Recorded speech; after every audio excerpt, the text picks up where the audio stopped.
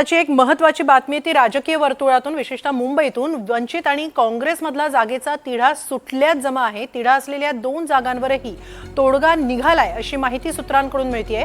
काही तासांतच वंचित आणि काँग्रेसची युती जाहीर होण्याची शक्यता आहे। वंचितनं काँग्रेसकडे 70 जागांचा प्रस्ताव ठेवला होता, मात्र केवळ 2 जागांवर तिढा कायम होता। हा वाद देखील मिटला असल्याची माहिती विश्वसनीय सूत्रांनी दिलेली आहे।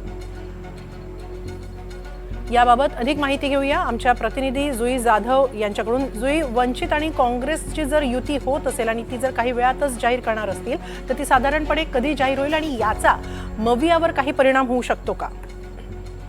अगदीच आपण पाहतोय हेमाली की काही तासांमध्येच आता वंचित आणि काँग्रेसची युती मुंबई महानगरपालिका निवडणुकीसाठी जाहीर होणार आहे। खरं तर काही जागांचा वाद हा कायम होता। विशेष म्हणजे मुंबईच्या 2 अशा जागा होता जिथे वंचितने आरोप केले होते की काँग्रेस घराणेशाही पुढे करत आहे आणि ते सोडून इतर 70 जागांची मागणी वंचितने काँग्रेसकडे केली होती।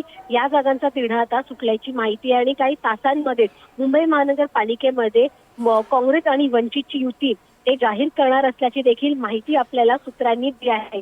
मुख्य म्हणजे आपण जर पाहिलं तर मग खरं तर राष्ट्रवादी शरदचंद्र पवार या पक्षाची सोबत देखील बोलणी काँग्रेस पक्षाची सुरू आहे आणि असं असताना वंचित सोबत जर ते युती करतायत तर मग नेमका राष्ट्रवादी शरदचंद्र पवार यांच्या पक्षाची बोलणी नेमकी कुठपर्यंत किंवा त्यांच्या बोलणीचं काय त्याची उत्सुकता सगळ्यांना आहे। मात्र वंचित आणि काँग्रेसची युती येत्या काही तासांमध्ये जाहीर होणार आहे, हे विश्वसनीय सूत्रांनी आपल्याला सांगितलंय। हेमाली, नक्कीच धन्यवाद जुई आपण दिलेल्या या सविस्तर माहितीबद्दल।